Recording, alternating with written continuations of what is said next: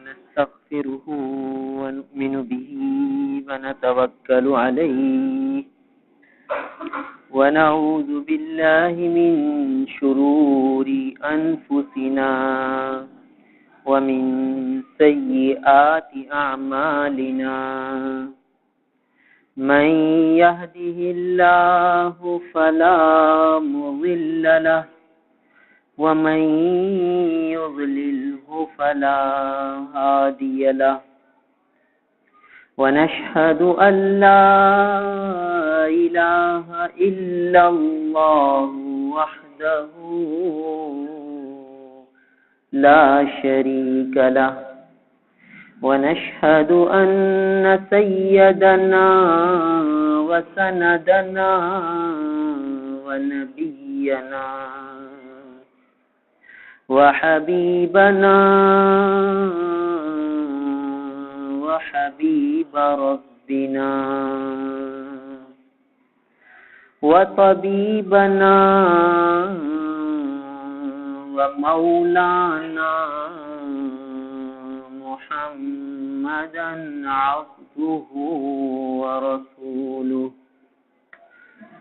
أما بعد فأعوذ بالله من الشيطان الرجيم بسم الله الرحمن الرحيم يا أيها النبي قل لأزواجك إن كنتن تردن الحياة الدنيا وزينتها إن كنتن تردن الحياة الدنيا وزينتها فتعالين أمتعكن وأسرحكن سراحا جميلا وإن كنتن تردن الله ورسوله والدار الآخرة وإن كنتن تردن الله ورسوله والدار الآخرة فإن الله أعد للمحسنات منكن أجرا عظيما يا نساء النبي من يأت منكن بفاحشة مبينة يضاعف لها العذاب ضعفين وكان ذلك على الله يسيرا ومن يقنت منكن لله ورسوله وتعمل صالحا نؤتها أجرها مرتين وأعتدنا لها رزقا كريما صدق اللہ مولانا العظیم۔ میرے محترم بزرگوں اور عزیز بھائیوں، ربیع الاول کا مہینہ چل رہا ہے اور آج اس کی 11ویں شب ہے۔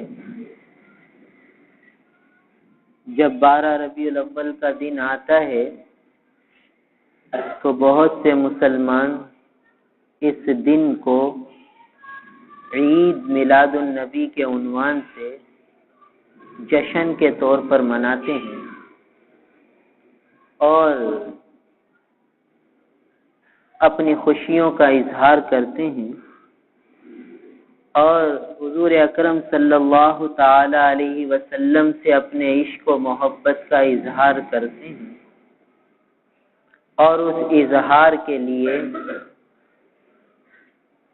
چراغاں کرتے ہیں، سجاوٹ کرتے ہیں،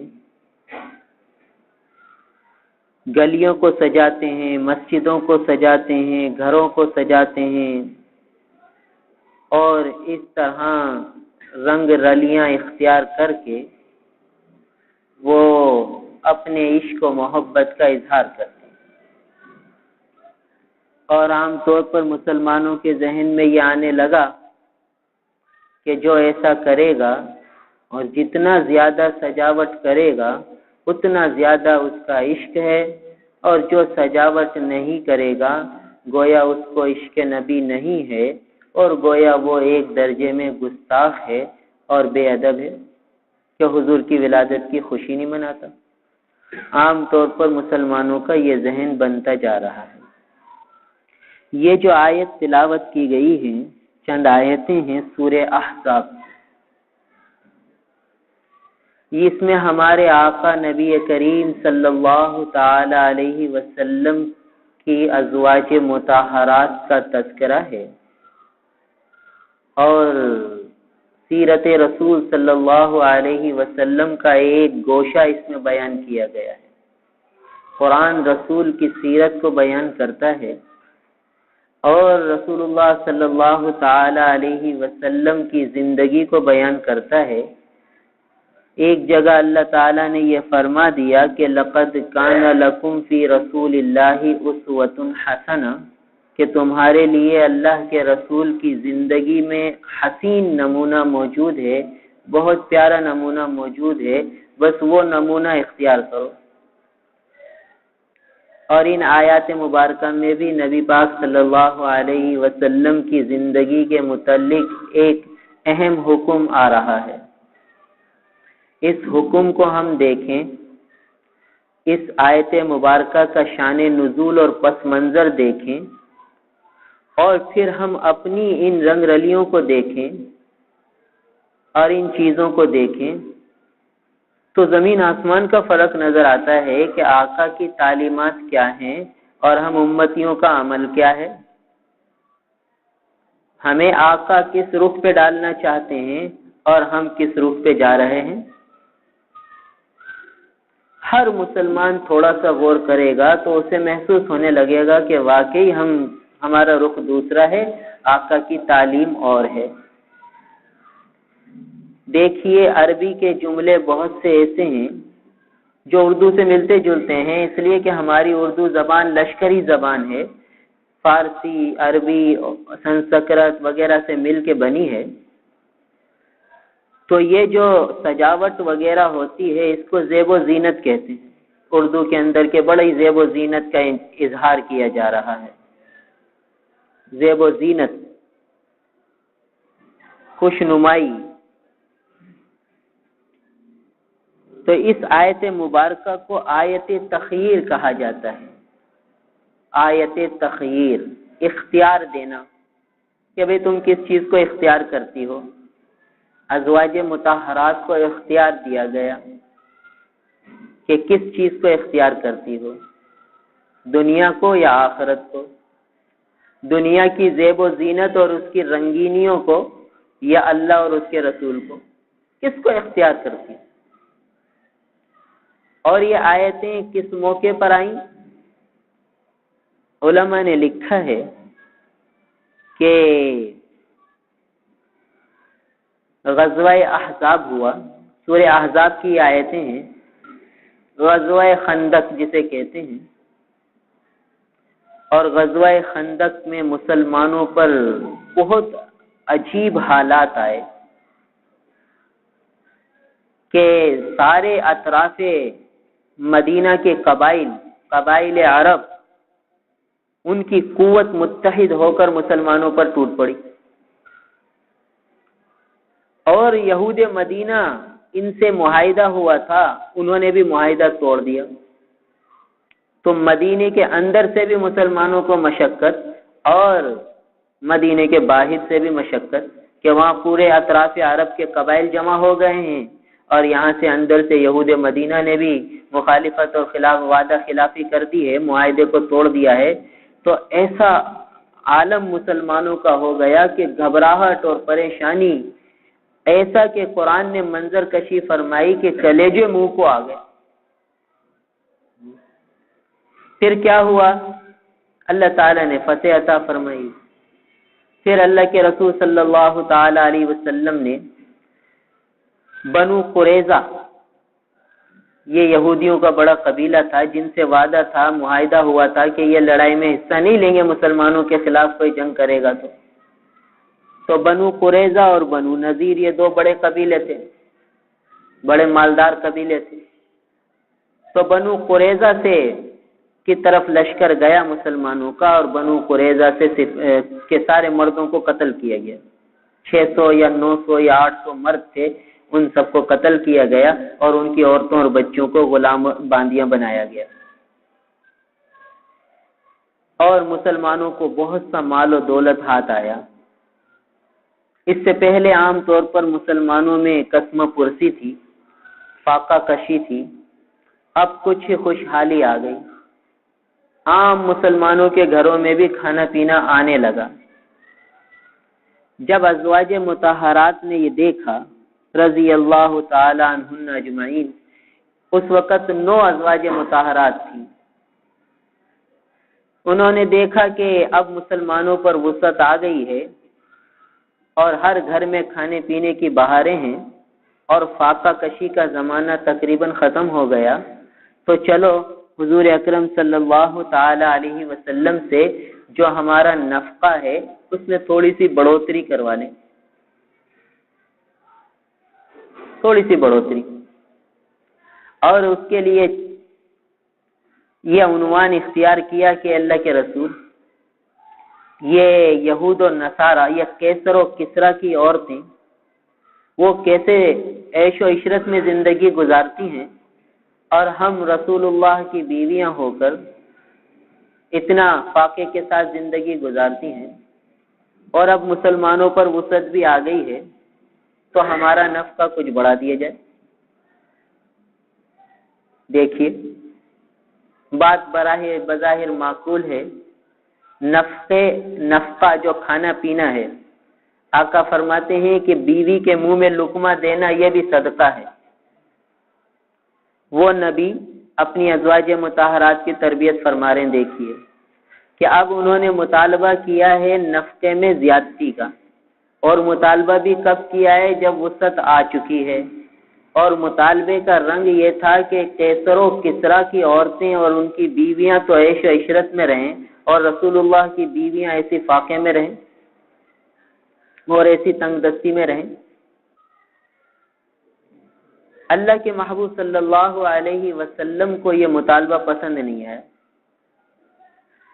اور 1 مہینے تک ازواج مطہرات کے پاس نہ جانے کی قسم کھا لی کہ 1 مہینے تک میں ان کے پاس نہیں جاؤں گا۔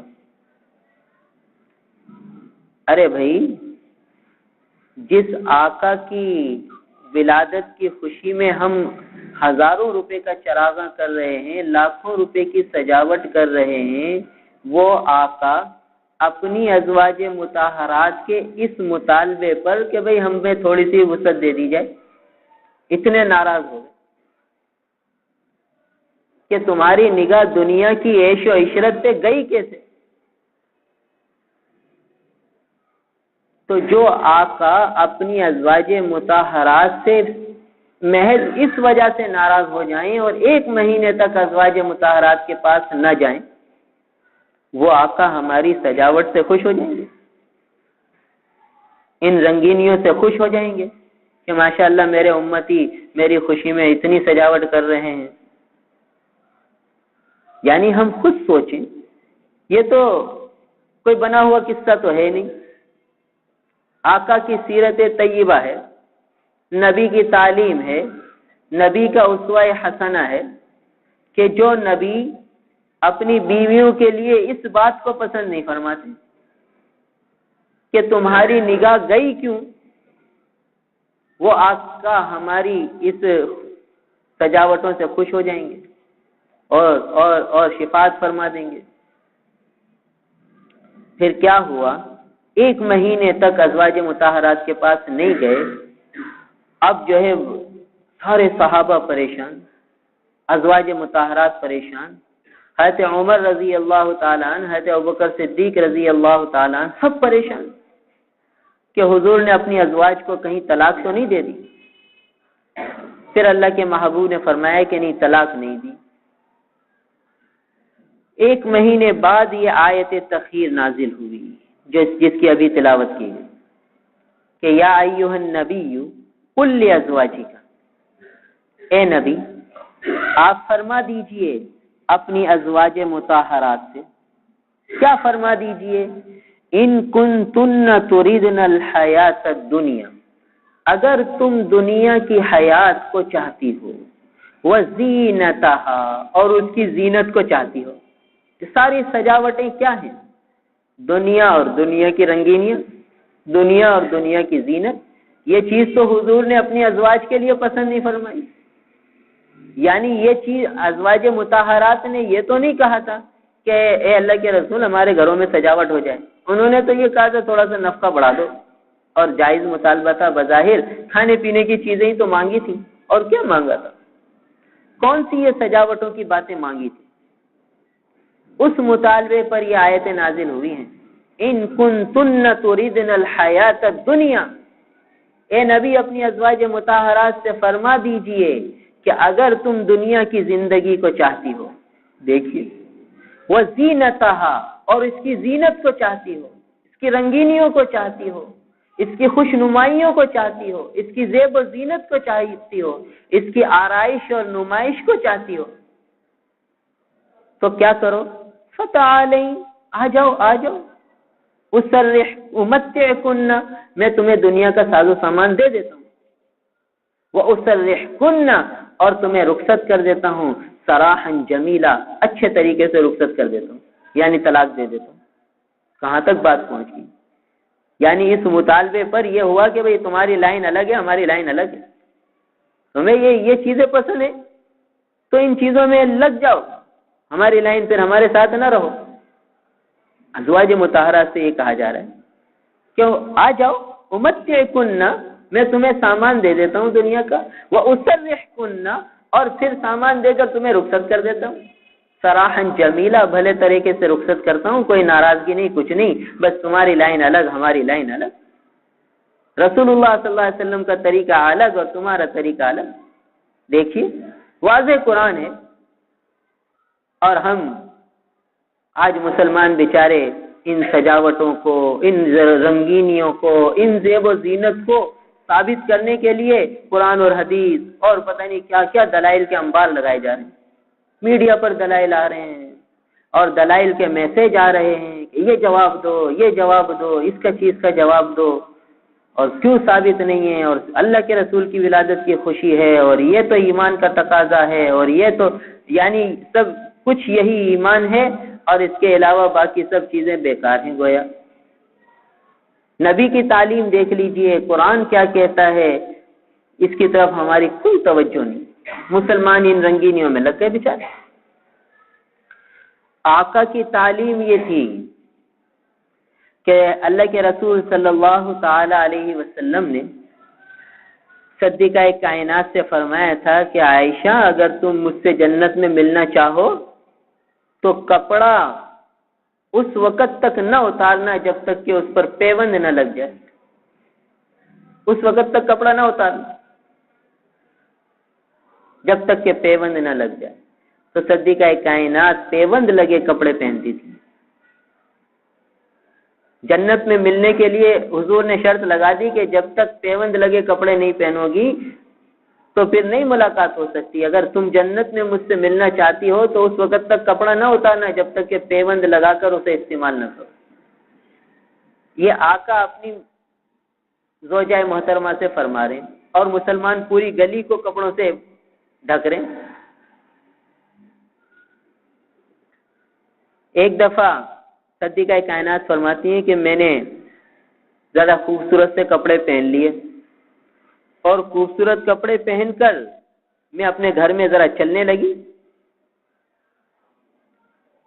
اور ذرا سی اپنے اندر بہت خوشی محسوس کرنے لگی کہ آدمی نئے کپڑے پہنتا ہے، اپنے آپ کو اچھا لگتا ہے، خوش ہوتا ہے. تو میرا یہ انداز دیکھ کر میرے ابا حضرت صدیق اکبر رضی اللہ تعالیٰ عنہ نے فرمایا کہ عائشہ اس وقت اللہ تعالیٰ تمہیں نظر رحمت سے نہیں دیکھ رہے. صدیق اکبر صدیقہ کائنات سے فرما رہے ہیں، اس امت کے سب سے بڑے صدیق اکبر رضی اللہ تعالیٰ عنہ اپنی بیٹی صدیقہ کائنات رضی اللہ تعالیٰ عنہ سے فرما رہے ہیں کہ عائشہ اس وقت جو تو یہ خوبصورت کپڑے پہن کر اس طرح چل رہی ہے تو اللہ تعالیٰ تجھے نظر رحمت سے نہیں دیکھ رہے. تو فرماتی ہے میں نے پوچھا کیوں؟ تو فرمایا کہ جس وقت بندہ اپنے کپڑے پہن کر اور سجاوٹ کر کے عجب میں مبتلا ہوتا ہے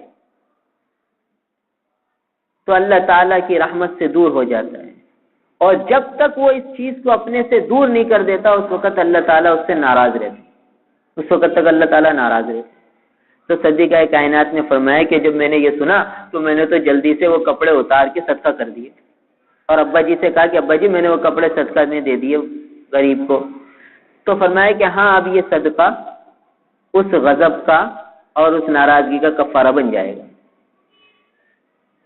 آقا کے غلاموں کی تعلیم تو یہ ہے کہ ایک کپڑا پہنا ہے اور کپڑا پہن کر تھوڑی سی خوشی محسوس ہو رہی ہے تو فرما دیا کہ اللہ تعالیٰ تجھے نظر رحمت سے نہیں دیکھ رہے، اور ہم گلیاں سجا کر دکانیں سجا کر اور انعام کے لیے کوششیں کریں کہ مجھے انعام مل جائے، مجھے انعام مل جائے، مجھے انعام مل جائے، تو اللہ تعالیٰ نظر رحمت سے دیکھیں گے؟ یہ حیات الصحابہ میں قصہ موجود ہے اور تاریخ کی معتبر کتابوں سے لکھا گیا ہے، کوئی بناوٹی قصہ نہیں ہے. تو حضور نے بھی تعلیم دیا صدیقہ کائنات کو کہ پیوند لگے کپڑے پہن لینا. تو آقا کی سیرت تو یہ ہے اور ہم مسلمانوں کا رنگ یہ ہے، تو ہم کون سے راستے پہ جا رہے ہیں؟ آقا کی تعلیمات کون سی ہیں؟ کتنا فرق ہو گیا. تو صدیق اکبر تو یوں فرمائیں کہ اللہ تعالیٰ جب تک ناراض رہیں گے جب تک یہ چیز اپنے سے دور نہ کر دو، تو فوراً صدیقہ کائنات نے اسے صدقہ کر دیا.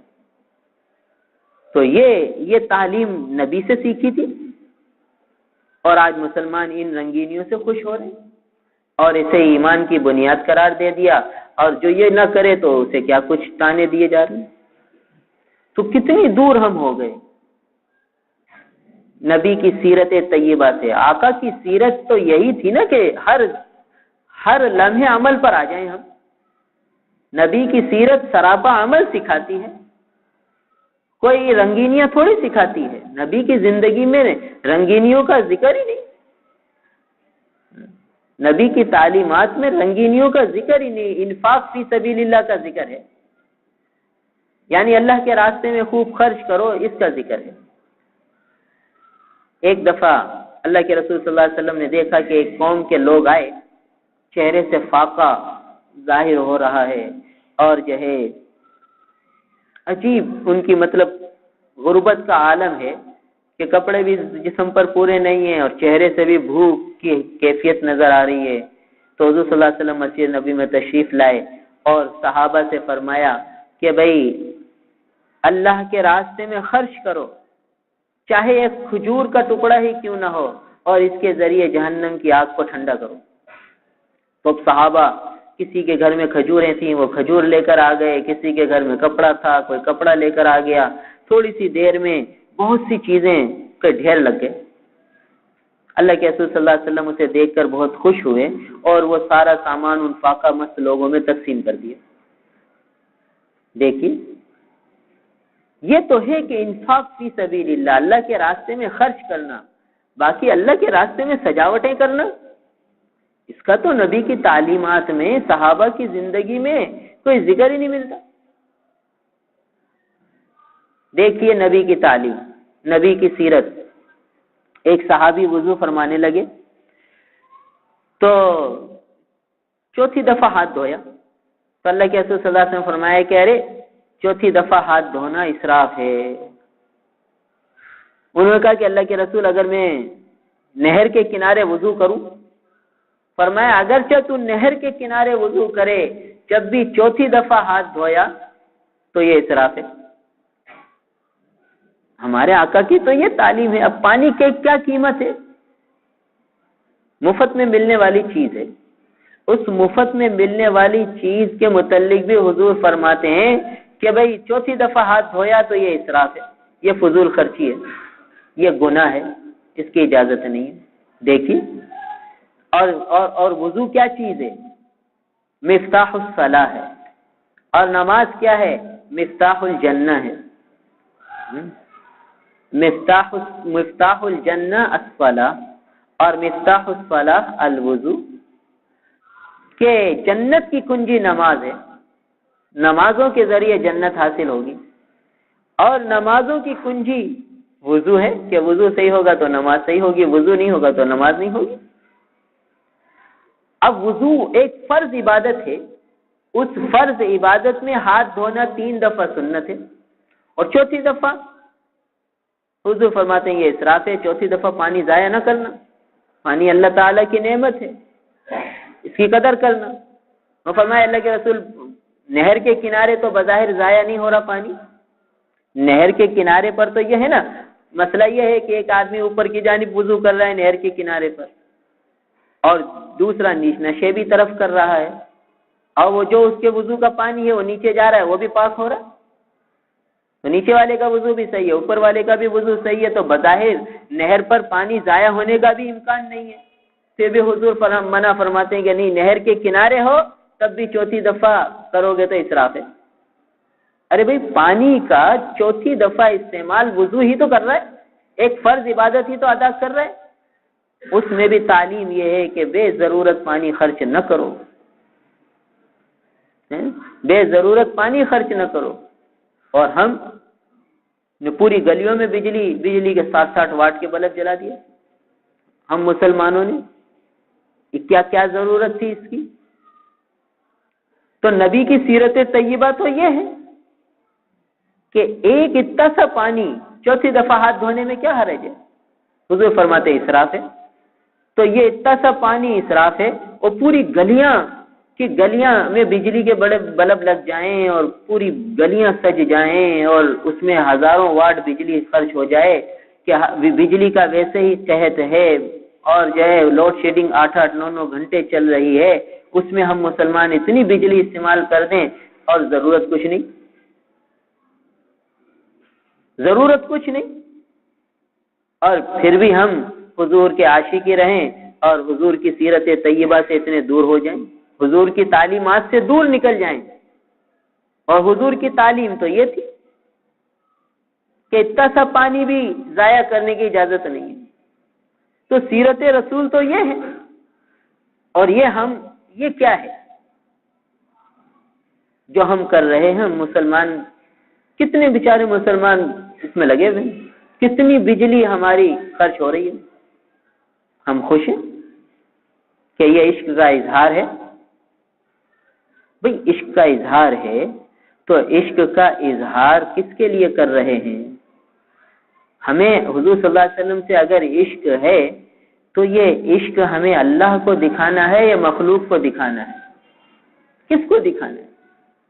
اگر اللہ کو دکھانا ہے تو یہ عشق اتباع کے ذریعے اللہ تعالیٰ کو دکھائیے، حضور کی اتباع میں 24 گھنٹے گزاریے، ہر سنت پر عمل ہو جائے تو سمجھیے جشن ہے، وہ دن ہمارا جشن ہے جس دن ہماری کوئی سنت ضائع قربان نہ ہو، ہر سنت پر ہم عمل کریں تو وہ دن ہمارا جشن ہے، اور جس رات میں کوئی سنت ہم سے نہ چھوٹے، ہر سنت پر ہم عمل کریں وہ رات جشن ہے۔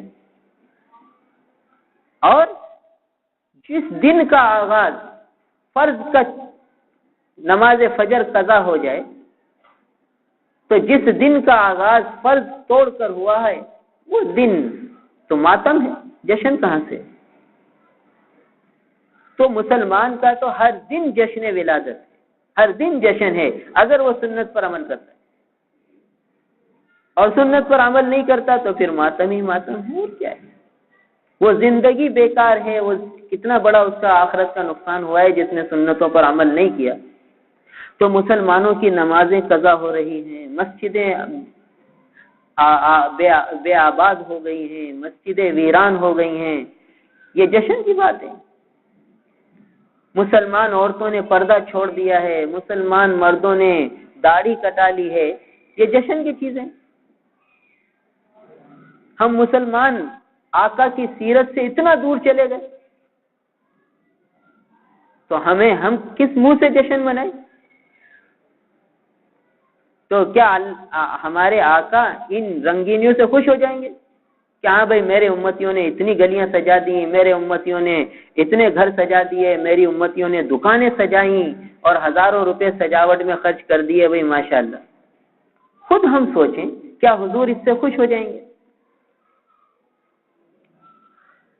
تو عشق رسول کا اظہار کس کے لیے ہے؟ اللہ کے لیے ہے۔ اللہ تعالیٰ کو ان چیزوں کے اظہار کی تو ضرورت ہے ہی نہیں، وہ تو عشق دل میں ہوتا ہے، اور وہ اس کا اظہار سراپا پہ ظاہر ہوتا ہے۔ یعنی عشق دل کی چیز کا نام ہے، اور اس کا اظہار اعضاء و جوارح پہ ہوتا ہے۔ باہر کی چیزوں کا نام عشق تھوڑی ہے، عشق تو اندر کے جذبے کا نام ہے، عشق اطاعت کا نام ہے۔ وہ کچھ نہیں ہے تو صرف یہ دھوکہ ہے، ہم تو سمجھ رہے ہیں یہ عشق ہے، عشق کا دھوکہ ہے، عشق تھوڑی ہے۔ عشق دل میں ہو، اس کا اظہار اعضاء و جوارح پہ ہو، سراپا پہ ہو، یہ ہے۔ حضرت عثمان غنی رضی اللہ تعالیٰ نے ایک نوجوان کو دیکھا کہ اس کا تیبن وہ نیچے جا رہا تھا، زمین سے لٹک رہا تھا۔ فرمایا کہ اس کو آدھی پنڈلی تک کر لو۔ انہوں نے کہا اس میں کیا حرج ہے؟ تو فرمایا کہ کیا حضور کا طریقہ تمہیں پسند نہیں؟ حضور صلی اللہ علیہ وسلم کا تیمم مبارک آدھی پنڈلی تک ہوتا تھا۔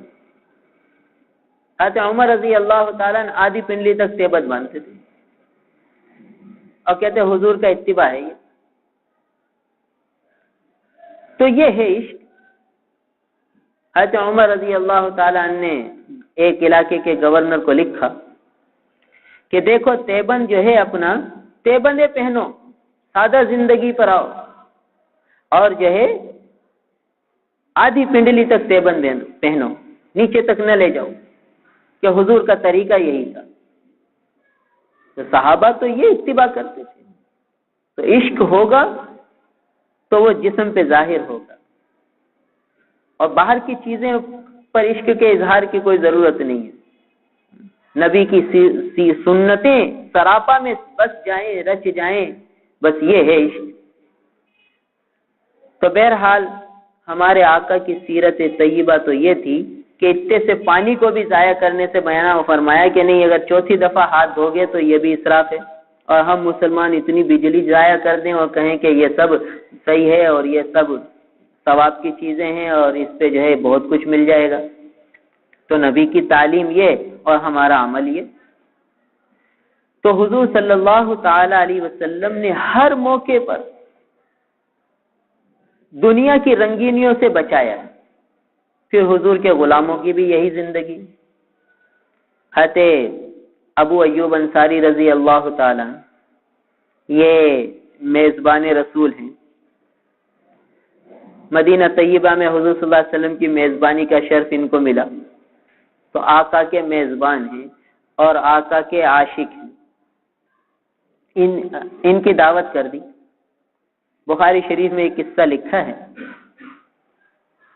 اور امام بخاری رحمہ اللہ نے اس باب کے ذیل میں لکھا ہے کہ دعوت قبول کرنا فرض ہے، واجب ہے، مسلمان کی دعوت کو قبول کرنا واجب ہے، لازم ہے، مسلمان کا حق ہے، مگر اس دعوت میں کوئی منکر ہو، کوئی اللہ تعالیٰ کی نافرمانی ہو تو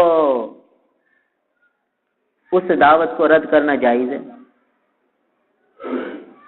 یہ باب قائم فرمایا کہ دعوت قبول کرنا واجب ہے، اور اس دعوت میں کوئی منکر ہو تو اسے رد کرنا جائز ہے، اس میں شرکت نہ کرنا جائز ہے۔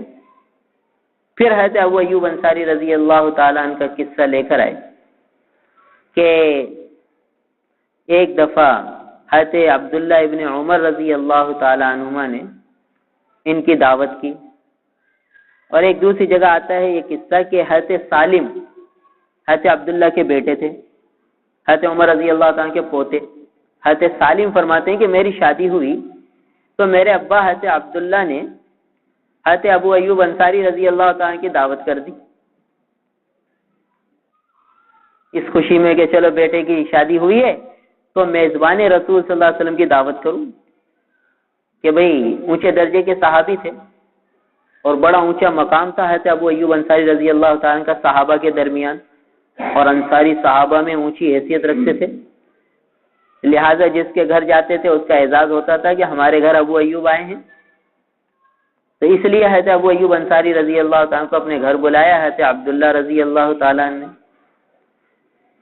تو تشریف لائے تو دیکھا کہ گھر کی دیواروں پر پردے لگے ہوئے، پردے، تو غور سے دیکھنے لگے، اور فرمایا عبداللہ یہ کیا ہے؟ تو حضرت عبداللہ فرمانے لگے کہ حضرت بات یہ ہے کہ بیویاں ہم پر غالب آ گئی ہیں، اور یہ بیوی نے ذرا لگا دیا ہے، دیکھیے پردے لگائے ہیں گھر کے اندر خوش نمائی کے لیے، جیسے ہماری گلیاں ساری سجی ہوئی ہیں خوش نمائی کے لیے، میزبان رسول کا عمل دیکھیے۔ فرمایا عبداللہ تم اتنی جلدی بدل گئے؟ مجھے یہ تو ڈر تھا کہ دوسرے لوگ بدل جائیں گے، مگر تمہارے اوپر یہ ڈر نہیں تھا کہ تم بدل جاؤ گے، تم اتنی جلدی بدل گئے؟ اللہ کی قسم میں تمہارے گھر دعوت نہیں کھاؤں گا۔ قسم کھائی اور اٹھ کر واپس آ گئے۔ بھائی بتاؤ یہ کیا بڑا منکر تھا؟ میزبان رسول وہاں نہیں جا رہے کہ تم نے گھر میں پردے کیوں لٹکا رکھے، کیا ضرورت تھی ان پردوں کی، کیوں لٹکائے؟ اور آج ہم مسلمان دیکھ لیں، ہمارے مسلمان بھائی بیچارے کن چکروں میں لگ گئے، ان کا مال کہاں لگ رہا ہے بیچاروں کا، ہزاروں لاکھوں روپے خرچ ہو رہے ہیں اس سجاوٹوں پر، ان کپڑوں پر، ایک ایک بات کی پوچھ ہوگی۔ ثم لتسألن یومئذ عن النعیم، ہر نعمت کی پوچھ ہوگی، یہ پوچھ ہوگی کہ یہ بلب کیوں جلایا، یہ بلب کیوں جلایا تم نے، ہم نے نعمت ضائع کرنے کے لیے دی تھی، ایک بلب کیوں جلایا؟ جیسے کہ اللہ کے رسول کی تعلیم کہ چوتھی دفعہ ہاتھ نہ دھونا، اسراف ہو جائے گا، پوچھ ہوگی کہ تم نے چوتھی دفعہ ہاتھ کیوں دھویا، کیا ضرورت تھی پانی بہانے کی؟ تو ایک بلب کی پوچھ ہوگی، ایک ایک نعمت کی پوچھ ہوگی کہ تم نے ایسے کیوں گنوایا، ان نعمتوں کو ایسے کیوں استعمال کیا، کیا ضرورت تھی؟ یہ نعمتیں تو ضرورت میں خرچ کرنے کی تھی، کہ سارا سرمایہ اگر انفاق فی سبیل اللہ میں ہو جاتا، مسلمانوں پر خرچ ہو جاتا، تو کتنی غربتیں ختم ہو جاتی،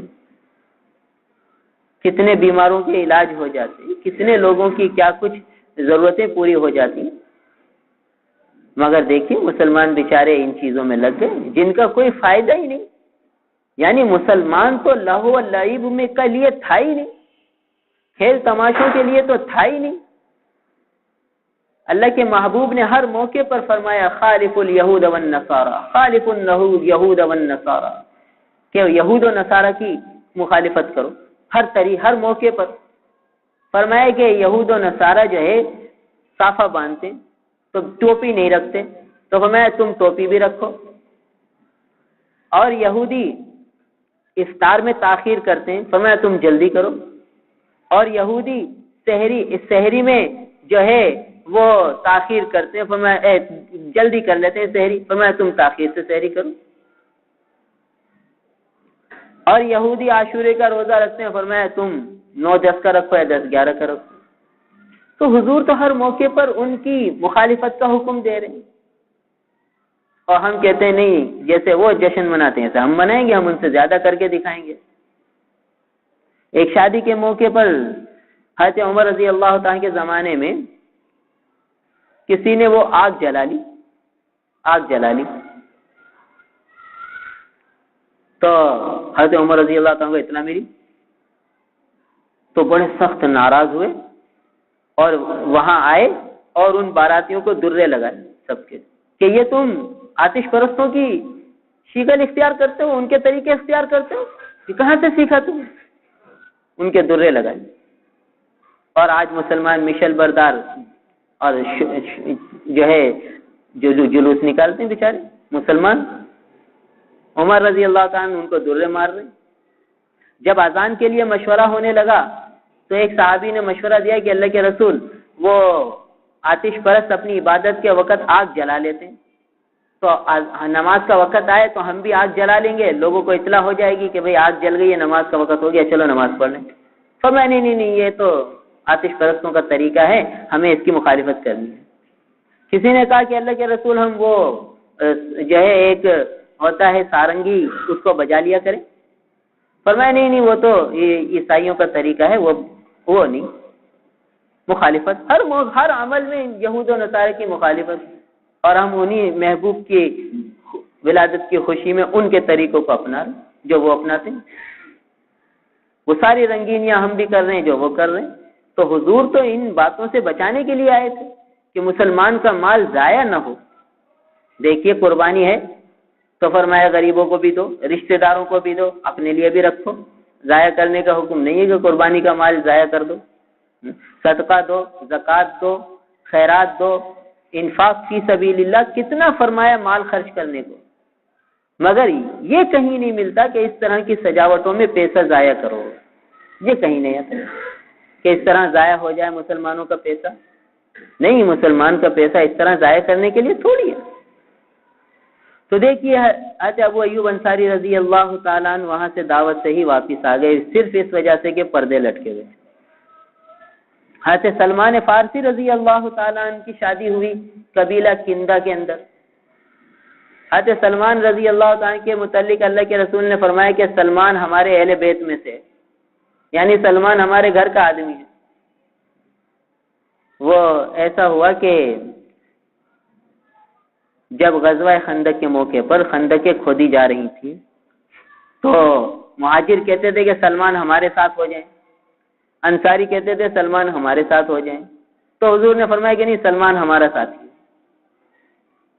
اس اونچے درجے کے صحابی ہیں حضرت سلمان فارسی رضی اللہ تعالیٰ۔ ان کی شادی ہوئی قبیلہ کندہ کی ایک عورت سے، بڑی مالدار عورت تھی، تو انہوں نے گھر بھی دیا اور گھر کو پردوں سے سجا دیا۔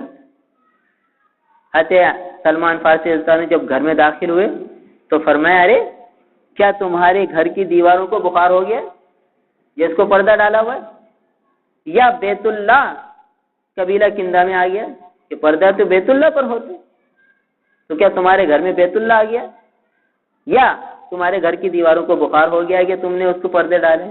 پھر کہا کہ میں اس کمرے میں نہیں آؤں گا جب تک کہ یہ پردے یہاں سے ہٹا نہ دو۔ دیکھیے تو آقا کے غلاموں کی تو یہ زندگی، آقا کی سیرت کو اپنایا ہے انہوں نے، تو آقا کی سیرت کو اپنانے پر یہ عمل کیا۔ اور آج ہم حضور کی سیرت کیا ہے اور ہمارا عمل کیا ہے، ہم کس راستے پہ جا رہے ہیں اور حضور کی تعلیمات کون سے راستے پر لے کے جانا چاہتی ہیں۔ تو اس لیے ہم سب کو فکر مند ہونا ہے کہ یہ سب سازشیں ہیں یہود و نصارہ کی اور نفس اور شیطان کی، جو مسلمانوں کو دین کے رنگ میں کہیں اور لے کے جانا چاہتے ہیں، کیونکہ مسلمان کو دین سے بڑی محبت ہے۔ لہذا وہ ہر رنگین چیز کو اپنے بھول پن کی وجہ سے دین سمجھ لیتا ہے. تو جیسے ہر چمکتی چیز سونا نہیں ہوتی، ایسے ہی ہر خوبصورت نظر آنے والی چیز دین نہیں ہوتی. جب تک کہ اس پر سنت کی بہار نہ ہو، اس پر سنت کا لیبل نہ ہو، آقا کی تعلیم اس پہ ظاہر نہ ہو، اس وقت تک وہ قابل عمل نہیں ہے، قابل اتباع نہیں ہے. تو لہٰذا دیکھیے یہ جو آیت تخیر آئی ہیں کتنی سخت تنبیہ آ گئی صرف اس بات پر کہ ازواج مطہرات نے یہ کہہ دیا کہ یہ کیسر و کسرا کی بیویاں تو عیش و عشرت میں رہیں اور رسول اللہ کی بیویاں ایسے ہی فاقے میں رہیں.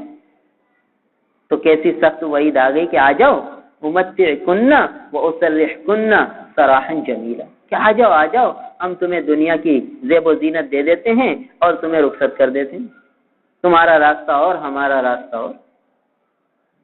اور پھر آگے دوسری بات کہ اس بات کا بھی اختیار ہے، اور دوسری بات کہ دنیا کی زندگی کے مقابلے میں آخرت کی زندگی کو پسند کرتی ہو، دنیا کی زیب و زینت کے مقابلے میں اللہ اور اس کے رسول کو چاہتی ہو.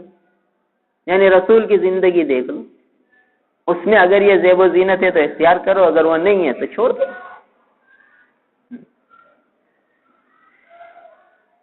یہ ولید ابن عبد الملک جب بادشاہ بنا تو اس نے حکم دیا کہ ازواج مطہرات کے جتنے حجرے ہیں وہ مسجد نبوی میں شامل کر لیے جائیں. تو اس دور کے جو صحابہ کے بیٹے تھے فرمانے لگے کہ سارے لوگ مدینے میں اس دن رونے لگے تھے، اور وہ یہ چاہتے تھے کہ کاش یہ گھر اسی طرح باقی رہتے تاکہ بعد میں آنے والے دیکھتے کہ رسول اللہ صلی اللہ علیہ وسلم کی بیویوں کے گھر کیسے تھے. یہ نمونہ امت کو نظر آ جاتا، آنکھوں سے دیکھ لیتے کہ آقا کے گھرانے گھر کیسے تھے، کتنے سادہ زندگی تھی، کہ کھجور کی چھال کی چھت تھی اور اتنا اونچا گھر تھا کہ اگر کمرے میں آدمی داخل ہو جائے تو ہاتھ اونچا کرے تو چھت پہ لگ جائے، یہ اونچائی تھی. اور جو دروازہ تھا تو کوئی لکڑی کا نہیں تھا بلکہ بالوں کا جو ہے وہ ایک پردہ تھا جو دروازے کی جگہ ڈلا ہوا تھا. کھجور کی شاخوں سے چھت ڈالی ہوئی تھی. 5 کمرے ایسے تھے جو کچی اینٹوں سے بنے ہوئے تھے اور 5 وہ تھے جو گارے کے بنے ہوئے تھے. دیکھیے تو فرمانے لگے مدینے میں کوہرام مچا ہوا تھا اور ہر گھر میں لوگ رو رہے تھے، اور ان سب کی خواہش یہ تھی کہ کاش یہ گھر اسی طرح محفوظ رکھ لیتے تو بعد میں آنے والے دیکھ لیتے کہ رسول اللہ صلی اللہ علیہ وسلم کے حجرے مبارک کیسے تھے، سرور دو جہاں کس طرح زندگی گزار کے گئے. اس آقا کا گھر ایسا اور اس آقا کے امتی کیا کر رہے. حالانکہ حضور چاہتے تو احد کے پہاڑ سونے کے بن جاتے اور کیا کچھ نہ ہو جاتا، اور صحابہ کس طرح کی رنگینیاں کر لیتے حضور کی. مدینے میں جب حضور تشریف لائے تو کیا کیا ہے مدینے والوں نے، کتنا جشن منایا ہے، کس قسم کا جشن منایا ہے، کتنی انہوں نے، کیا وہ لوگ چراغ نہیں جلا سکتے تھے، کتنے چراغ جلائے وہاں. کیا انہوں نے جو ہے کچھ ایسی چیزیں ملتی نہیں، بچیوں نے کچھ گیت گا لیے اور فرماتے ہیں کہ حضور جب آئے تو سارا مدینہ خوشیوں سے بھر گیا. اور اس دن سے زیادہ خوشی مدینے میں کبھی نظر نہیں ہے. آقا کی آمد پر خود ہی رونق ہو گئی، خود ہی مدینہ دمک اٹھا، چمک اٹھا. کوئی یہ بہاروں کی ضرورت ہی نہیں تھی. اگر آج ہماری گلی کوچوں میں حضور کے طریقے زندہ ہو جائیں نا تو ہمارے گلی کوچے ویسے ہی آباد ہو جائیں، منور ہو جائیں، ان چراغوں کی ضرورت ہی نہ پڑے. اگر ہمارے پاس چونکہ عمل نہ رہا تو حضور کی سنتوں میں وہ انوار ہیں، وہ برکات ہیں کہ اگر وہ ہماری زندگی میں آ جائیں اور مسلمانوں کی عام زندگی میں آ جائیں تو پھر گلی کوچے خود ہی منور ہو جائیں. حضور کے اعمال میں اتنی رونق ہے، اتنی برکت ہے، پھر ان مصنوعی چیزوں کی ضرورت ہی نہ پڑے. تو بہرحال دوسرا آیت کا دوسری اختیار کہ وَإِن كُنتُنَّ تُرِدْنَ اللَّهَ وَرَسُولَهُ، اگر تم چاہتی ہو اللہ کو، وَرَسُولَهُ اور اس کے رسول کو، وَالدَّارَ الْآخِرَةَ اور آخرت کے گھر کو چاہتی ہو، تو فَإِنَّ اللَّهَ أَعَدَّ لِلْمُحْسِنَاتِ مِنْكُنَّ تو اللہ تعالیٰ نے جو تم میں نیکیاں کرنے والی ہیں ان کے لیے اجر عظیم تیار کر رکھا، یعنی نیکیوں میں لگنا ہے، اعمال میں لگنا ہے، اعمال صالحہ کو اختیار کرنا ہے، اس میں لگنا ہے، نہ کہ یہ دنیا کی زیب و زینت کی طرف متوجہ ہونا ہے، کیونکہ اس دنیا کی زیب و زینت کا مطالبہ کرنا اللہ کے رسول کو اذیت دینا ہے، اس دنیا کی طرف مائل ہونا اور اس رنگینیوں کی طرف متوجہ ہونا حضور کو اذیت دینا ہے۔ لہذا اگلی آیت میں فرمایا کہ یا نساء نبی، اے نبی کی بیویوں، من یاتی منکن بفاحشۃ مبینہ، کہ جو تم میں سے ایسا کام کرے گی جو حضور کو اذیت دینے والا ہو، اور حضور کو اذیت دینے والا کام یہ ہے کہ دنیا کی زیب و زینت کی طرف متوجہ ہوگی، اس سے حضور کو اذیت پہنچتی ہے، تو جو تم میں سے حضور کو اذیت پہنچانے والا کام کرے گی جو یضاعف لها العذاب ضعفین، تو اللہ تعالیٰ اس کو دگنا عذاب دیں گے، اس کو دگنا عذاب ملے گا کہ حضور کی بیویاں ہو کر تم دنیا کی طرف مائل ہوتی ہو اور جو ہے حضور کو اذیت دیتی ہو۔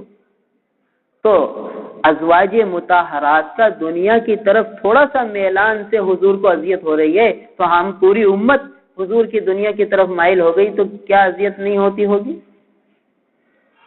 کتنی اذیت ہوتی ہوگی حضور کو، اور ہم مسلمان ہیں کہ بس لگے ہوئے ہیں۔ کتنی مطلب فکر کی بات ہے، ہم سب کو متفکر ہونا ہے کہ ہم کس راستے پہ چل پڑے، آقا کی تعلیمات سے کتنا دور ہوتے جا رہے ہیں، اور نبی کی زندگی سیرت طیبہ ہماری وجود میں نظر ہی نہیں آتی، اور اس پر کسی کو فکر نہیں۔ اس کے لیے نہ میڈیا کام کرتا ہے، نہ اس کے لیے مسلمان محنت کرتے ہیں کہ بھئی مسجدیں آباد ہو جائیں، مسلمان عورتیں پردے میں آ جائیں، مسلمان مرد سراپا سنت کا نمونہ بن جائیں، یہ کوئی چیز آتی نہیں۔ وَكَانَ ذَلِكَ عَلَى اللَّهِ يَسِيرًا، اور یہ بات اللہ کے لیے آسان ہے۔ کیا مطلب؟ مفسرین نے لکھا ہے کہ یہ فرمایا کہ تم یہ نہ سمجھنا کہ تم نبی کی بیویاں ہو تو تم جو چاہے کر لو، نہیں، اگر تم نے بھی حضور کو اذیت دی تو تمہیں عذاب ہوگا، اور یہ عذاب دینا اللہ کے لیے کوئی مشکل نہیں ہے۔ تو ازواج مطہرات سے یہ کہا جا رہا ہے، ہم کہہ رہے ہیں ہم تو حضور کے امتی ہیں، بھائی حضور کے امتی ہیں لہٰذا جو چاہے کریں، حضور ہمیں بخشا لیں گے۔ یہاں تو یہ ہے کہ ازواج مطہرات سے فرمایا جا رہا ہے کہ وَكَانَ ذَلِكَ عَلَى اللَّهِ يَسِيرًا، کہ یہ کرنا اللہ کے لیے آسان ہے، کوئی مشکل نہیں ہے۔ تم یہ نہ سمجھ لینا کہ تم حضور کی بیویاں ہو تو بچ جاؤ گی، جیسا چاہے زندگی گزار لو۔ پھر آگے اور ہے وَمَن يَقْنُتْ مِنكُنَّ لِلَّهِ وَرَسُولِهِ، جو تم میں سے اللہ اور اس کے رسول کی فرما برداری کرے گی۔ دیکھیے یہ ازواج مطہرات کی شان بیان ہو رہی ہے۔ یہ 22ویں پارے کا آغاز ازواج مطہرات کی شان کو بیان کر رہا ہے، تو فرمایا کہ وَمَن يَقْنُتْ مِنكُنَّ لِلَّهِ وَرَسُولِهِ، کہ جو تم میں سے اللہ اور اس کے رسول کی اطاعت کرے گی، وَتَعْمَلْ صَالِحًا، اور نیک عمل کرے گی اور نیک عمل میں لگے گی، نُؤْتِهَا أَجْرَهَا مَرَّتَيْنِ، تو ہم انہیں دگنا اجر دیں گے۔ نیک عمل کرے گی اور اللہ اور اس کے رسول کی اطاعت کرے گی تو دگنا اجر پائے گی۔ وَأَعْتَدْنَا لَهَا رِزْقًا كَرِيمًا، اور ہم نے ان کے لیے عزت والی روزی تیار کر رکھی ہے، عزت والی روزیاں ہم نے ان ازواج مطہرات کے لیے تیار کر رکھی ہے۔ تو دیکھیے یہ بظاہر خطاب ازواج مطہرات سے ہے۔ پھر احادیث مبارکہ میں آتا ہے بخاری شریف میں کہ جب یہ آیتیں نازل ہوئیں تو اللہ کے رسول صلی اللہ تعالی علیہ وسلم نے سب سے پہلے 1 مہینے بعد حضرت صدیقہ کائنات کے پاس پہنچے اور فرمایا کہ دیکھو میں تمہیں ایک آیت سنانے والا ہوں، اور یہ ہے کہ پہلے تم اس بارے میں اپنے والدین سے مشورہ کرنا، پھر بات کو اختیار کرنا۔ کیونکہ اللہ کے رسول کو معلوم تھا کہ ان کے والدین کبھی بھی اللہ کے رسول سے جدائیگی کا حکم نہیں دیں گے، اور پھر اللہ کے رسول صلی اللہ علیہ وسلم نے یہ آیتیں سنا دی جس میں 2 باتوں کا اختیار تھا۔ تو اب صدیقہ کائنات کا جواب سنیے، فرماتی ہیں کہ کیا میں اس بارے میں اپنے والدین سے مشورہ کروں؟ میں تو اللہ کو اور اس کے رسول کو اور آخرت کی زندگی کو چاہتی ہوں، مجھے نہیں چاہیے دنیا کی زیب و زینت اور اس کی رنگینیاں۔ پھر دیکھیے 7 لگے کپڑے میں زندگی گزاری۔ اور تمام ازواج مطہرات نے یہی جواب دیا کہ ہم اللہ کو اور اس کے رسول کو اور آخرت کی زندگی کو چاہتی ہیں، ہمیں نہیں چاہیے وہ پروٹوکول جو کیسر و کسرا کی بیویوں کو ملتا ہے، نہیں چاہیے ہمیں۔ دیکھیے تو ازواج مطہرات کے یہ جذبے تھے۔ پھر آگے اور ازواج مطہرات سے حکم آ رہا ہے، تو آج یہ سجاوٹ ہو رہی ہے، اس سجاوٹوں کو دیکھنے کے لیے ہماری مسلمان بچیاں ہی آ رہی ہیں باہر۔ ازواج مطہرات کو آگے جا کے حکم آ رہا ہے وَقَرْنَ فِي بُيُوتِكُنَّ، اپنے گھروں میں قرار سے ٹھہری رہو، اپنے گھروں میں رکی رہو، گھر سے بلا ضرورت باہر نکلنا نہیں ہے۔ ازواج مطہرات کو تعلیم ہے۔ آج ہم نے یہ گلیاں سجا لیں، دکانیں سجا لیں، اور ہماری مسلمان مائیں بہنیں بیچاری نکل رہی ہیں ان سجاوٹوں کو دیکھنے کے لیے۔ تو اب بتائیے، تو بہرحال ہمیں سوچنا ہے، فکر کرنا ہے کہ ایسا نہ ہو کہ نفس و شیطان ہمیں کہاں سے کہاں لے جائے اور ہم اللہ تعالیٰ سے دور ہو جائیں، اور اللہ تعالیٰ کی طرف متوجہ بھی ہونا ہے۔ اور دیکھو ایک اور بات ہوتی ہے کہ شیطان ہمیں دوسرے راستے سے مارنا چاہتا ہے، کہ وہ بحث مباحثے میں لگانا چاہتا ہے مسلمانوں کو، اور بحث مباحثے میں کسی کی حقارت دل میں آ جائے، کسی کی جو ہے کمی دل میں آ جائے، بھئی یہ بڑے خطرے کی بات ہے۔ ہمیں تو سب مسلمانوں کو کے لیے دعائیں کرنی ہیں، اور پوری امت حضور کی سنتوں پر آ جائے، حضور کی سیرت کا عملی نمونہ ہر مسلمان بن جائے، اس کے لیے ہمیں محنتیں بھی کرنی ہیں، دعائیں بھی کرنی ہیں، اور بھئی مسجدوں کی آبادی بھی کرنی ہے۔ اب یہ کہ اتوار کی جیسے چھٹی ہے تو آدمی اس کو قیمتی بنائے۔ قیمتی بنانے کا سب سے اچھا طریقہ یہ ہے کہ بھئی دین کی محنت کے سلسلے میں اللہ کے راستے میں لوگ نکلتے ہیں جماعتوں میں، تو جماعتوں میں نکل جائیں، یا پھر یہ ہے کہ نصرت پہ چلے جائیں، سال کی پیدل جماعتیں چل رہی ہیں، یہ تو اعلیٰ درجے کی بات ہے۔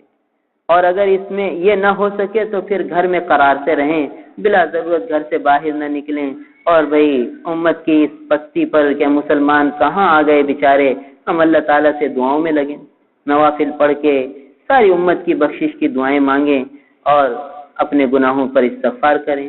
کہ چھٹی کا دن ہوتا ہے، فرصت کے لمحات ہوتے ہیں، تو آدمی یکسوئی سے گھر میں بیٹھ کے اللہ سے دعائیں مانگتا رہے۔ اللہ تعالی ہم سب کو عمل کی توفیق عطا۔ الحمدللہ رب العالمین والعاقبۃ للمتقین والصلاة والسلام علی رسولہ محمد وآلہ واصحابہ اجمعین۔ اللہم انت السلام ومنک السلام تبارکت یا ذا الجلال والاکرام۔ نستغفر اللہ ونتوب الیہ، نستغفر اللہ ونتوب الیہ، نستغفر اللہ ونتوب الیہ۔ یا اللہ ہمارے گناہوں کو معاف فرما دیجئے، یا اللہ تمام مسلمانوں کے گناہوں کو معاف فرما دیجئے، یا اللہ ہمیں دین کی صحیح فہم نصیب فرما دیجئے۔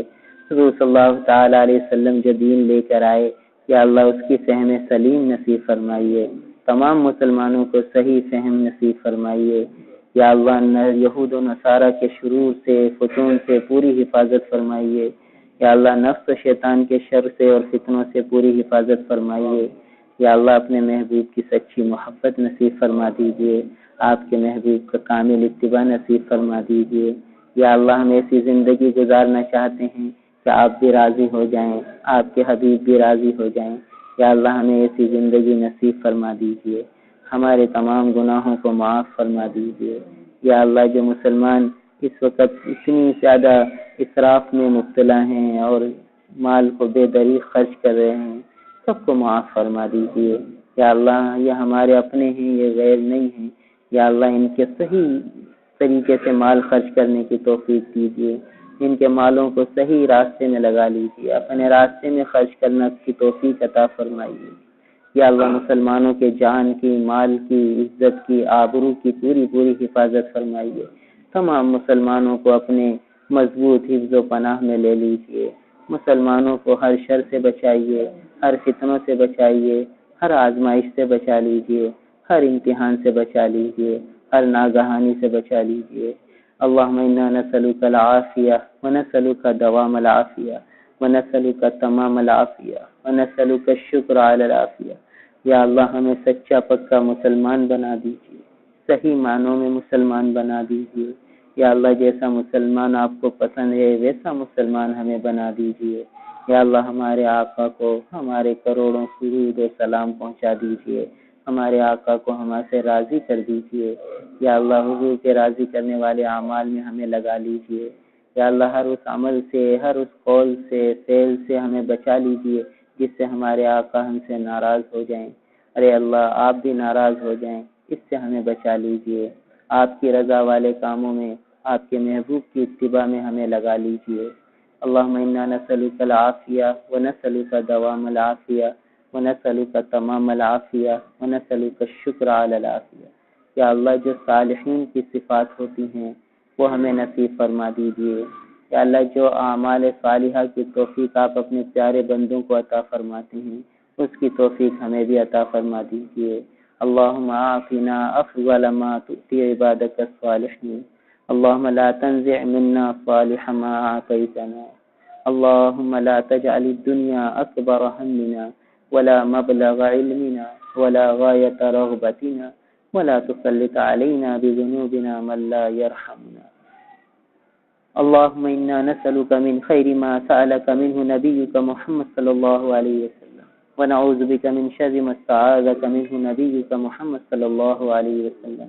أنت المستعان وعليك البلاغ ولا حول ولا قوة إلا بالله، وصلى الله تعالى على خير خلقه محمد وآله وأصحابه أجمعين، آمين برحمتك۔